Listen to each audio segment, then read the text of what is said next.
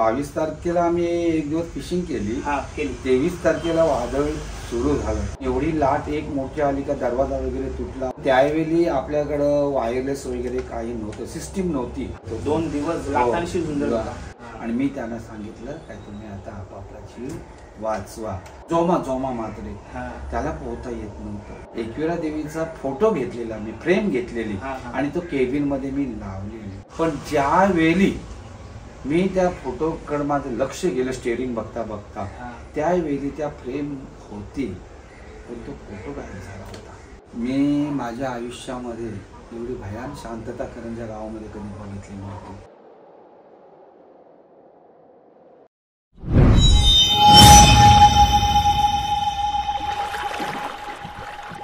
नमस्कार, मी राजदीप घरत तुमचा पुन्हा एकदा स्वागत करतो आपल्या राज करंजेच्या यूट्यूब चॅनलवरती.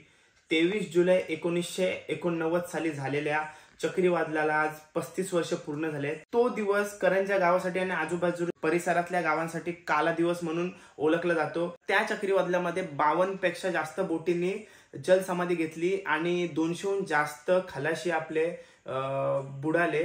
त्या चक्रीवादळानंतर करंजा गावावरती आणि आजूबाजूच्या परिसरातल्या गावांवरती दुःखाची लाटच आली असं बोलू शकता. कारण का भरपूर नुकसान झालं आणि भरपूर आपल्याला आपले खलाशी, आपली जवळची नातेवाईक, आपली माणसं गमवायला लागली त्या वादळामध्ये. तसेच त्या वादळामध्ये वाचलेल्यांपैकी एक आपले सीताराम नाकवा साहेब यांची आज आपण मुलाखत घेणार आहोत. त्यांना तो प्रसंग कसा घडला आणि अचानक झाला, पूर्ण सर्व माहिती आपण त्यांच्याकडून जाणून घेणार आहोत. तर जाऊया आपण करंजा गावातल्या बापदेव पाड्यात आणि भेटूया आपण सीताराम नाकवा साहेबांना. 23 जुलै 1989 साली झालेल्या वादळ वाऱ्याला आज 35 वर्ष झालेले आहेत. तर आपण बोलू शकता त्या प्रसंगाचा साक्षीदार किंवा त्या प्रसंगामध्ये जे वाचले होते त्यापैकी एक साहेब आपल्या सोबत आहेत, सीताराम नाकवा साहेब. तर त्यांना आपण आज संपूर्ण माहिती विचारणार, तो काय प्रसंग कसा घडला होता आणि तेव्हा ते म्हणजे सर्व प्रसंग आपण आजपर्यंत साहेब आम्ही दुसऱ्यांच्या तोंडून ऐकत आलो होतो तो प्रसंग कसा झाला, काय घडला. पण आज प्रत्यक्षात मी साहेबांच्या तोंडून तो प्रसंग ऐकणार. लहानपणीपासून आम्हाला तो प्रसंग आठवत होता. अजून जुलै महिन्याच्या 17 तारखेलाचा रामदास बोटीचा आपण एखाद्याच्या तोंडून ऐकतो, पण प्रत्यक्षात मी तुमच्या तोंडून तो सर्व प्रसंग ऐकण्यासाठी यांच्या समोर आलोय. तर आम्ही आता आहोत बापदेव पाड्यात, यांचा शॉप आहे तिथं आहोत आणि तुम्ही बापदेव पाड्यातच राहता ना, किंवा हा व्हिडिओ सुरू करूया. तर साहेब तुमचं पूर्ण नाव सांगा. सीताराम जनार्दन नाकवा. त्या म्हणजे 1989 तुमचं वय साधारण किती होता? 32 वर्ष वय होता. 32 वर्ष वय होता. ग्रामपंचायतीला निवडून आलेलो होतो, सदस्य होतो आमच्या विभागातला. त्यावेळी सदस्य होता. हो. आणि मग तुमचं तिथं जाणं कसं ठरलं? म्हणजे मी इथं शिर्डीला गेलो होतो गुरुपौर्णिमेला आणि गुरुपौर्णिमेवरून मी सर्व सोहळा झाल्यानंतर घरी आलो. घरी आल्यानंतर समजलं का बोट आपली तांडेल परत घेऊन भाऊच्या धक्क्यावर आलेला आहे. म्हणून आता ती बोट बर्फ डिझेल वगैरे भरलेली होती. जर परत आली तर तेवढा खर्च आपल्याला लॉस होईल. म्हणून मी लगेच तसाच मी भाऊच्या धक्क्यावर गेलो. तांडेल पण आला नव्हता आणि मी ती बोट घेऊन मग फिशिंगला गेलो भाऊच्या धक्क्यावर. तुम्ही स्वतः मालक? हो मालक. मी फिशिंगला जात होतो. तुम्ही फिशिंगला जात? हो, फिशिंगचा अनुभव आहे मला. बोटीचं नाव काय होता? अष्टविनायक, उरण नंबर 442. सर्व आठवते? हो बरोबर आठवते. आणि मग बोट कुठं होती? बोट भाऊच्या धक्क्यावर परत आलेली. आणि मग नंतर तुम्ही बर्फ वगैरे भरून कुठं निघलात? भाऊच्या धक्क्यावरून निघालो आम्ही. त्यावेळी वातावरण काय वादळी हवामान वगैरे नव्हतं. मग ती बोट घेऊन आम्ही मुरुडच्या समुद्र किनाऱ्याच्या समोर पावसाळ्यामध्ये मासे जास्तीत जास्त मुरुडच्या किनाऱ्याच्या समोरच मिळतोय म्हणून मग आम्ही त्यावेळी 15-16 फॅदम तिथं पाणी असेल त्या हे फिशिंग आम्ही करत होतो. साधारण तुमच्यासोबत किती जण होती? म्हणजे लोक खलाशी एकूण खलाशी 8 असतात, पण तो तांडेल आलेला परत त्या 6 खलाशी होते आणि मी धरून 7 लोक होते. 7 होतात. नंतर तो दिवस कुठला होता जेव्हा तुम्ही निघलात? आपल्या सोमवारी आम्ही धक्क्यावरून निघालो. तारीख मला वाटतं 21 होती. 21 तारीख होती. आणि नंतर तुम्ही गेलात. जेव्हा तो चाललेला तेव्हा तुमचा सर्व तो परिवारच झालेला असेल ना? सर्व आठवणी तुमच्या अजून डोक्यात असेल का? तो कसा म्हणजे ती तारीख आपली आली म्हणजे तुम्हाला जेव्हा जेव्हा तो प्रसंग आठवत असेल तर तेव्हा तुम्हाला म्हणजे राहतच नसेल ना? आठवणच होती ना त्यावेळी, कारण फक्त एक मुलगा होता मला, एक मुलगा होता, एकच बोट होती आणि ती एवढी भयानक वादळ होतं. 150 नंतर 22 तारखेला आम्ही एक दिवस फिशिंग केली. 23 तारखेला वादळ सुरू झालं, तुफान वारा करायला. बोटीमध्ये मावरा होता बोटीमध्ये. आणि जे तिथं काठीला दोरी लावलेली असतात, आमदोरी म्हणतो आम्ही त्याला, त्याचा आवाज सो सो असा, म्हणजे एवढं. आज मी बरेच वर्ष फिशिंग केली परंतु अशा प्रकारचं वादळी वातावरण बघितलं नव्हतं. आणि ते आम्ही करत असताना बुधवारी वादळ सुरू झाल्यानंतर मग आम्ही जाळी वरती घ्यायला लागलो. पण एवढी लाट एक मोठी आली का दरवाजा वगैरे तुटला, वायर तुटल्या, लोखंडी वायर असतात जाळी खेचायला. आणि नंतर मग बोट बुडाच्या परिस्थितीमध्ये आली. नंतर त्या वायरी आम्ही कापल्या, तोडल्या आणि बोट मोकळी केली. आणि मग आम्ही काय तर 15-16 मध्ये तरी लाटा भरपूर असतात म्हणून डीप सी मध्ये आम्ही गेलो, कारण तिथं खोल समुद्र असते, तिथं लाटा कमी असतात. आणि नंतर आम्ही रात्र झाल्यानंतर 24 तारीख तिथं उजाडला. 24 तारीख? हो, बुधवार गुरुवार. मग तो वादळी वारा 23 तारखेपासून सुरुवात झाला. आणि माझा अनुभव आहे काय, वादळ एवढं मोठं वादळ जरी आलं तरी एखाद दिवस 24 तास त्याची ही असते, थांबते. नंतर 24 तारखेपासून कमी होत. डीप सी मध्ये लाटांचा मारा कमी असतो म्हणून उफाळलेल्या लाटा तिथं येत नाही. म्हणून आम्ही ठरवलं की आता आपण हे करू, आपण डीप सी मध्ये जाऊ आणि हवा कमी झाली, वादळ कमी झालं की आपण किनाऱ्याला येऊ.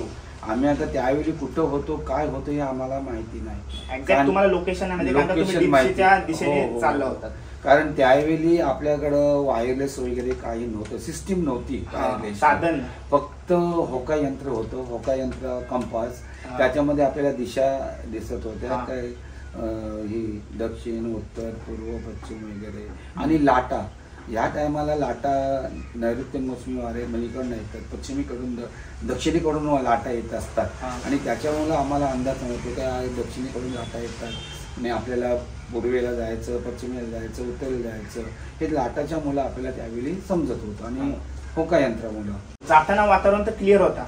हो. आणि नंतर मग जाता जाता अचानक वातावरण बदलला काय? अचानक बदलला. बुधवार पासून वातावरण बदललं. बुधवार पासून सोमवारी तुम्ही निघला होता, बुधवारी मंगळवारी फिशिंग केली, बुधवारी वातावरण बदललं. आणि ते आता कसं 2-4 दिवस आधीच अलर्ट देतात, त्याच्यामुळे आपण अलर्ट असतो. तेव्हा अलर्ट वगैरेचा काय साधन नव्हतं. आणि आजूबाजूला बोटी वगैरे होत्या का? बोटी फिशिंग करत होत्या, पण सगळ्या बोटी एकतर परतीच्या मार्गाला लागल्या होत्या तेव्हा, म्हणजे झाला तेव्हा प्रसंग, किंवा डीप सी मध्ये जायला लागल्या होत्या.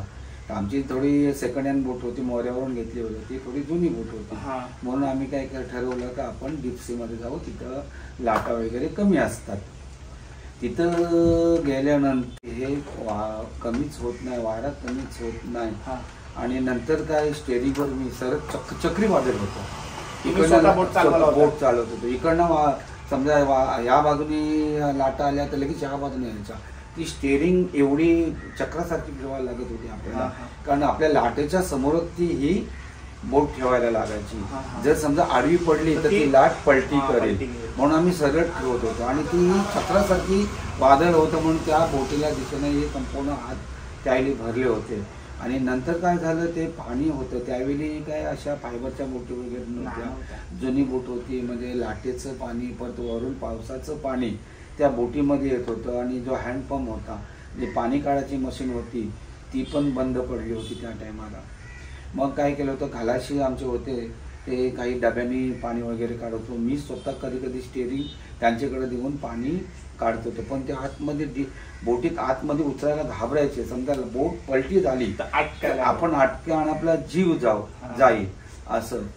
म्हणून मग आम्ही 5-6 वाजले, मी सहज असा त्या एकाच्या स्टेरिंग हातामध्ये दिली, बघायला गेलो होतं. तिथं खाली पाठीमागं त्यांनी काय केलं होतं, डोळीचे जे फ्लोट्स होते ते सोडले होते आणि त्याचं फालकं होतं ते मच्छी ठेवायला, त्याला बांधले होते. आणि म्हणजे जर आपली बोट बुडाली तर त्याच्यावर आपण राहू अशा प्रकारे त्यांनी हे केलं होतं. जेवण तर काही बनवलंच नव्हतं 2 दिवस.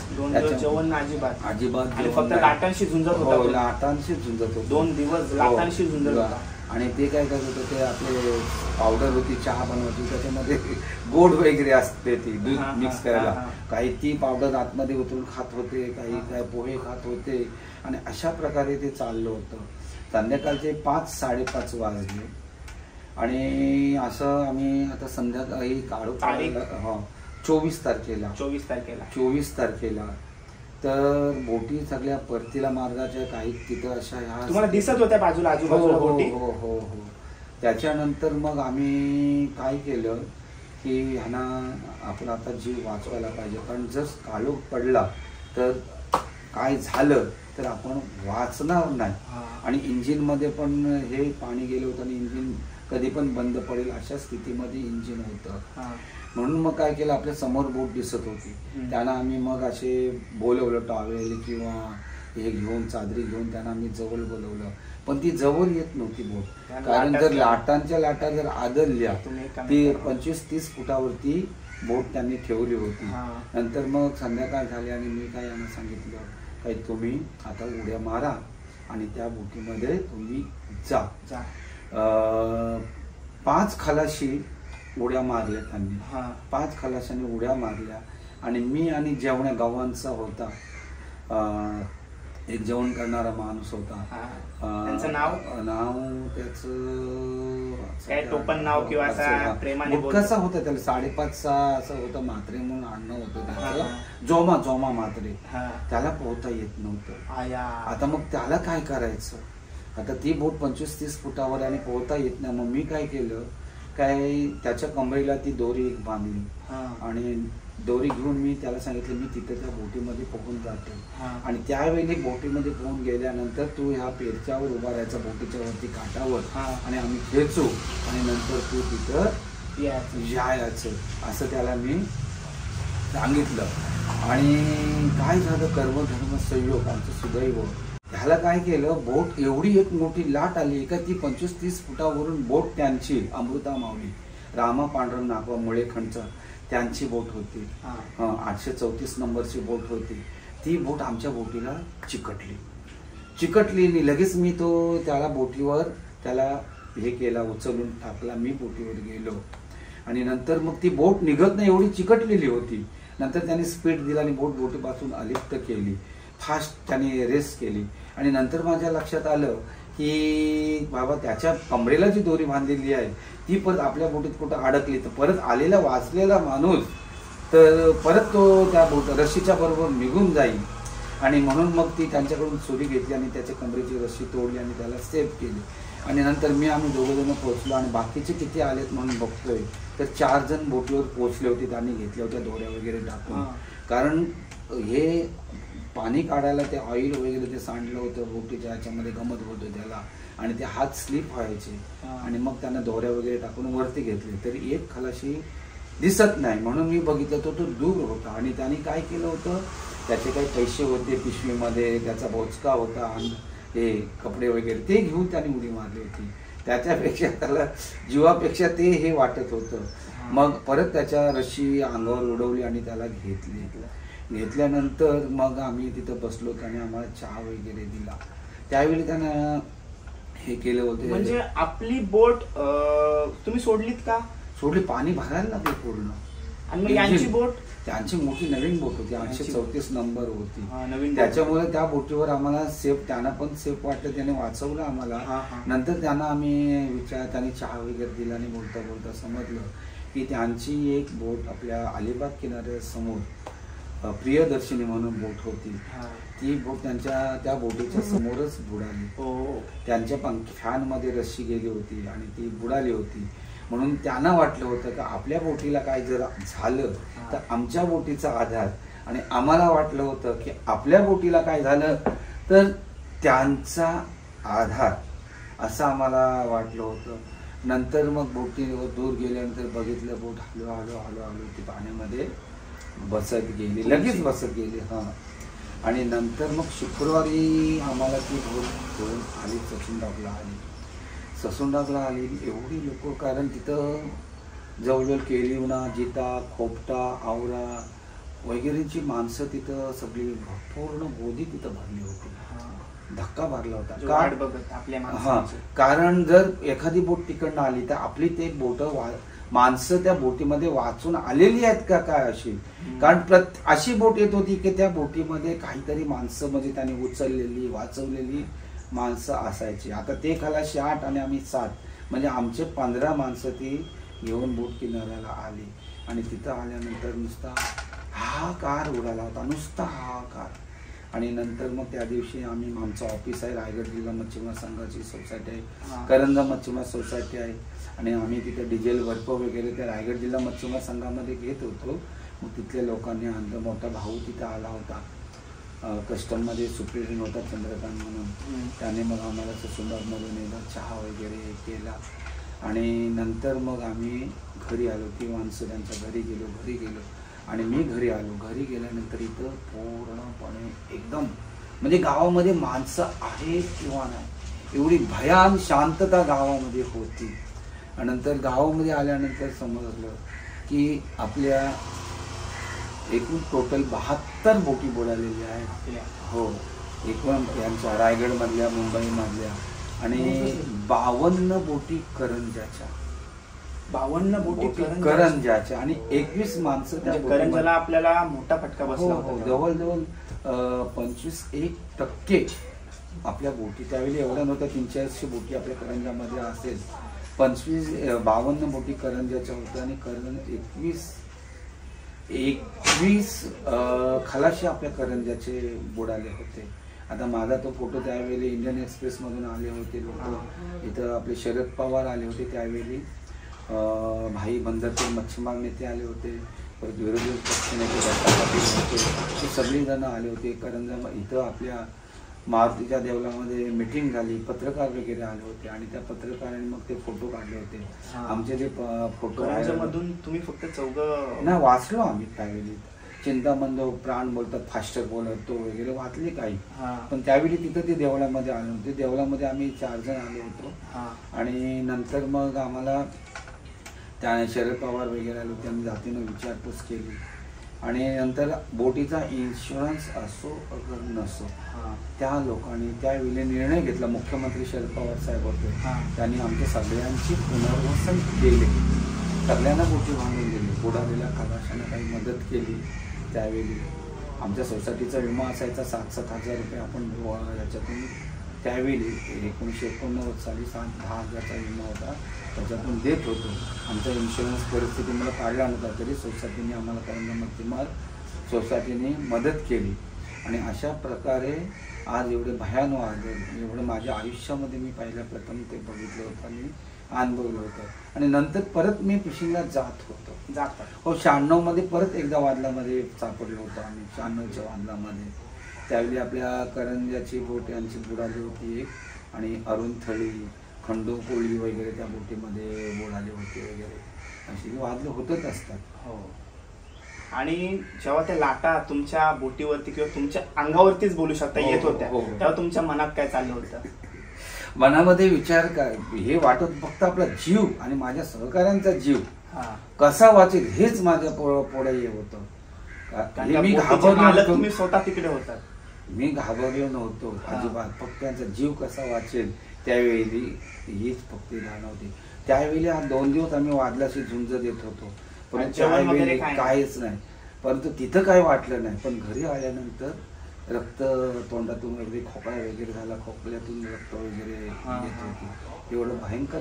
फक्त मनामध्ये होतं की आपला जीव आणि खलाशांचा जीव कसा वाचेल हे तेवढं. 350 खलाशी रत्नागिरीचे वगैरे बुडाले होते.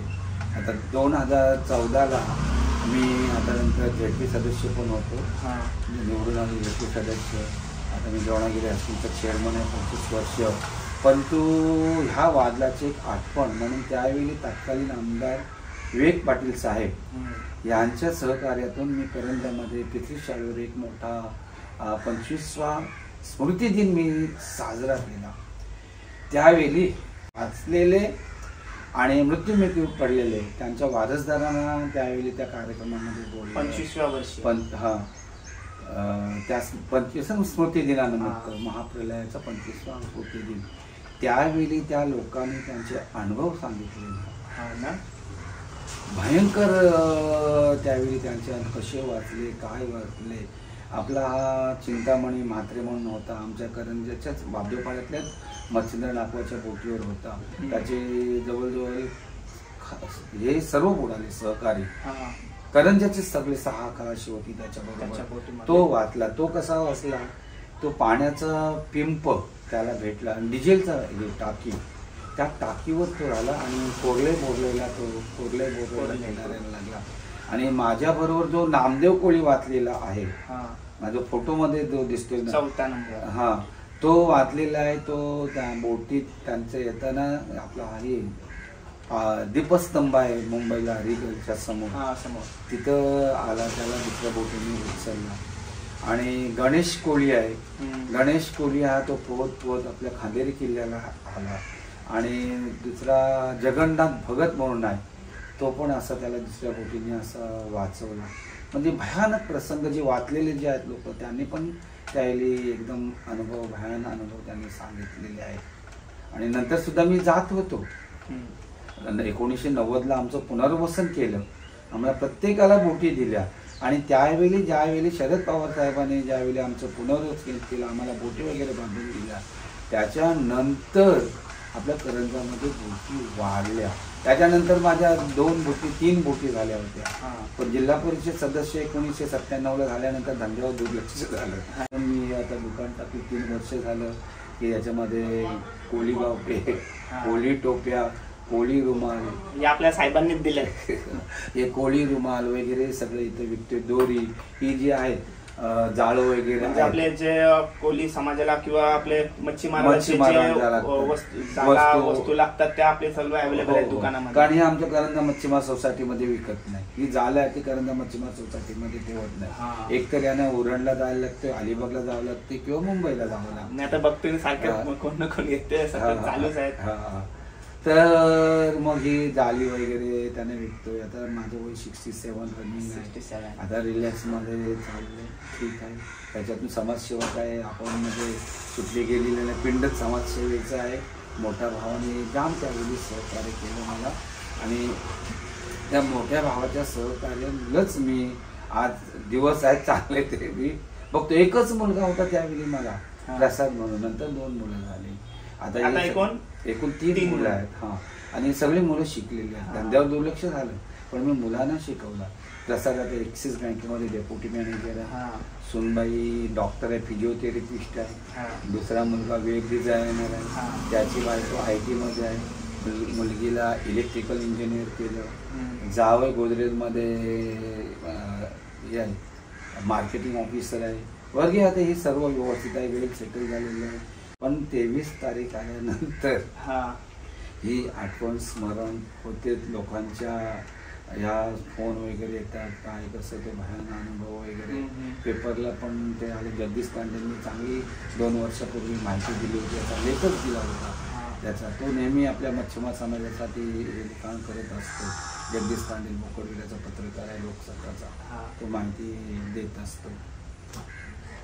ते 2 दिवस तुमचे भयानक भयानक. पण ते तिथं काही वाटत नव्हतं. आणि हो, एक विसरून गेलो, ज्यावेळी माझा 5 वाजता मी सांगितली बोट सोडली, त्यावेळी माझ्या मनामध्ये का आलं बोट सोडायचं. एकतर इंजिन बंद पडायला लागलं होतं. पण मी गुरुपौर्णिमेवर येताना लोणावळ्याला एकविराच्या ठिकाणी गेलो होतो. एकविरा देवीचा फोटो घेतलेला मी, फ्रेम घेतलेली, आणि तो केबिन मध्ये मी लावलेली, आपल्या बोटीमध्ये केबिन मध्ये लावलेली.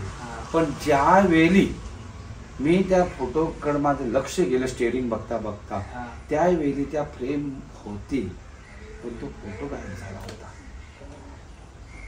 त्यावेळी काटाला हे बघा मला पण ते आठवण, कारण तो फोटो गायब होता त्याच्यातून. आणि तो फोटो गायब दिसल्याबरोबर माझा धीर संपला. आणि मी त्यांना सांगितलं काय, तुम्ही आता आपापला जीव वाचवा. आणि अशा प्रकारे त्या लोकांनी ही केली होती, तयारी केली. तो जर बोटी हे नसतात, जर एकविरा देवीचा काहीतरी संकेत दिला संकेत का आता तुम्ही भरपूर झालं, वादळाशी झुंज झाली, आता तुमचा जीव तुम्ही वाचवा. मी पण इथून निघून गेलेलो आहे, संकेतच दिला. पण तो माझ्या समोर मरेपर्यंत तो प्रसंग राहणार आहे. तर आलो होतो एकविरा त्यांच्यावरून आणि असं आग्रे कोल्यांच्या पाठीशी एकविरा आहे कायम आहे. म्हणून तर आपण इतके उत्साहाने तिच्या भेटीला जात असतो. महिना 2 महिन्याने आपण जातच असतो. असं दिवस सोडत नाही. कारण ते प्रसंगच तसा होता. तो जर माझा फोटो दिसला नसता तर मी बोट वाचवण्याचा प्रयत्न करत असतो. आणि बोट वाचवण्याच्या प्रयत्नामध्ये हे मी पण गेलो असतो, बोट पण गेली असती आणि खलाशी पण गेले असते. असं असतं. आणि जो ज्याला पोहता येत नव्हता त्याला पण तुम्ही वाचवला. जोमा म्हात्रे म्हणून जेव्हा होते, भयंकर तो प्रसंग आणि सगळ्यांचा जीव वाचवला. म्हणून हे आपल्याला देवाने हे चांगले दिवस दाखवले. जर मी माझा स्वार्थ घेऊन बोट वाचवायला गेलो असतो मी पण राहिलो नसतो. मग बोट वाचवायला एवढी लाखो रुपयाची बोट वाचवली आपण, खलाशी पण गेली आपण, बोट पण गेली असते. खलाशांचा जीव वाचवला. म्हणून हे आपल्याला कधी पण नियती आपल्याला अशा प्रकारे चांगले दिवस देते. जेव्हा तुम्ही परतलात तेव्हा वार कुठला होता? गुरुवार किंवा शुक्रवार असेल. गुरुवार शुक्रवार होता. मग तुम्ही पहिले ससूनडॉकला गेलात? ससूनडॉकला गेलो. तिथे ऑफिसमध्ये गेलो, मच्छीमार सोसायटीचं ऑफिस आहे त्या सोसायटीमध्ये गेलो. तिथल्या लोकांनी चहा पाणी वगैरे आम्हाला केलं आणि नंतर मग घरी आलो. तेव्हा आपल्या करंजा गावाची वस्तुस्थिती कशी होती? म्हणजे करंजा गाव कुठल्या याच्यातून चालला होता? मी माझ्या आयुष्यामध्ये एवढी भयान शांतता करंजा गावामध्ये कधी बघितली नव्हती. सुनसान जसा गाव असते तसा सुनसान गाव वाटत होता. कारण प्रत्येक नातेवाईकाची 52 बोटी बुडाल्या होत्या आणि 52 बोटी नवापाड्यातल्या होत्या, करंजा पाड्यातल्या होत्या, चुकीच्या पाड्यातल्या होत्या, बावदेपाडा, कासवले पाड्यातल्या, अशा 52 बोटी बुडाल्या होत्या. म्हणजे प्रत्येक नातेवाईकाला एकदम दुःख झालं होतं. आणि गावामध्ये बाहेर असं वाटत होतं की गावामध्ये माणसं आहेत किंवा नाही, अशी भयान शांतता गावामध्ये होती त्यावेळी.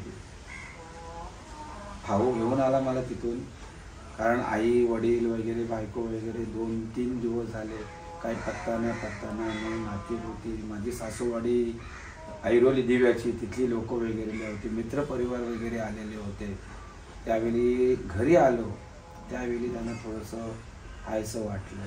आणि हे झाल्यानंतर समजल्यानंतर सगळे लोक येत होती, विचारपूस करत वगैरे होती.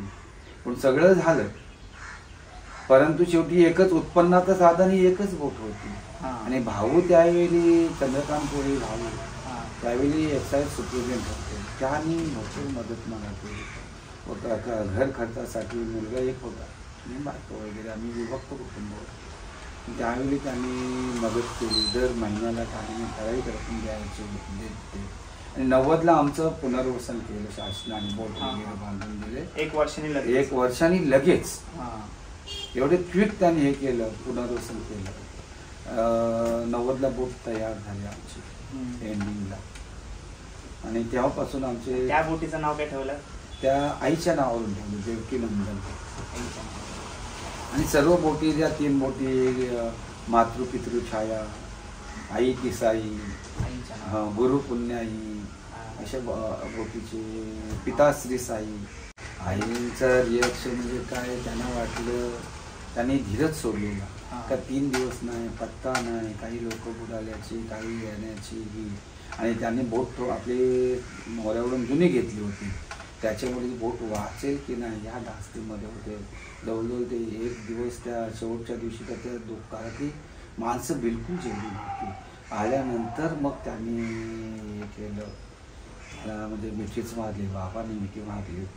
तेव्हा आलात, वाचलात, आपलं काहीतरी पुण्य म्हणून तुम्ही सुखरूप आलात. लोकांचं मित्राचं आशीर्वाद म्हणजे हे काही श्रद्धा वगैरे, आई वडिलांचं आशीर्वाद आणि देवाची कृपा ह्याच्याने आपण वाचलो.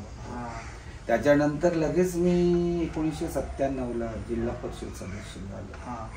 आज मी जे वाचवलं होतं त्यांचे सगळ्यांचे प्राण, बोटीची आशा सोडून, बोट बुडत आलेली आहे समजते, काही बुडणार आहे, बोटीची मी आशा केली नाही. फक्त माझ्या जे सहकारी होते, खलाशी होती, त्यांची आशा करून मी हे केलेलं आहे, ते देवाने आपल्याला बोट दिली. म्हणजे आपल्या बोटीतून एकही माणूस गमावला नाही. तेच आनंद, म्हणजे तोच समाधान आपल्याला, की आपल्या हातून कुठलीही हत्या झाली नाही, बोट खालाशी बुडाला नाही. आणि जे काय नंतर तुम्ही या प्रसंगातून बाहेर आलात त्यानंतर जे काय झाला तो एक पुनर्जन्म माझं आयुष्याची, कारण आपण सर्वस्व केलं होतं, शासनाने पूर्व हे पुनर्वसन केलं, पण त्याच्या अगोदर जे 1-1.5 वर्षाचा गॅप होता, मग काय, मग मोठा भाऊ चंद्रकांत कोळी तो मदत देत होता. दर महिन्याला ठराविक रक्कम माझ्या याच्यासाठी, परिवारासाठी तो देत होता. आई बाबा होते, आई बाबा पण करत होते मदत. आम्ही विभक्त कुटुंब जरी होतो, पण त्यांनी सगळ्यांनी मदत मला केली. करवत माशाच्या समोरचा जो करवत आहे ती इकडे आपण बघताय, आणि याला काय बोलतायत? कंपास, म्हणजे होका यंत्र. ज्या पूर्वीच्या वेळी बोटीमध्ये असायचं, या यंत्रावर बोट आपली दिशा हे करायची ना, पूर्व पश्चिम दक्षिण उत्तर. हा बघा आहे आपल्या शॉपमध्ये ठेवला आहे. आणि आता ते आपल्या वर्षातून 5-6 वेळेला हे फिशिंग साठी जातात, ते घोडे घेऊन. फिशिंग साठी जाता तुम्ही? आवड म्हणून. आता बाहेर नाही जात ना तुम्ही? आता जाणार फिशिंगला, बोटीमध्ये डीपसीला नाही जात. इथं किनाऱ्याला आता आज जाणार आहे. आज जाणार आहे घेऊन. कारण की आपल्या चॅनलच्या वतीनं सर्वांकडून साहेबांसाठी एक छोटीशी भेट आपण आणलेली आहे, ते आपण देऊया त्यांना.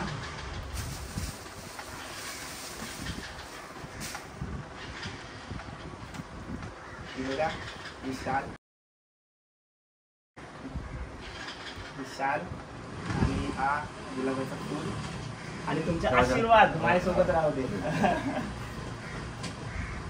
ते माझ्याकडून माझ्या दाखवांकडून मला पेन आता लिहित राहील भरपूर.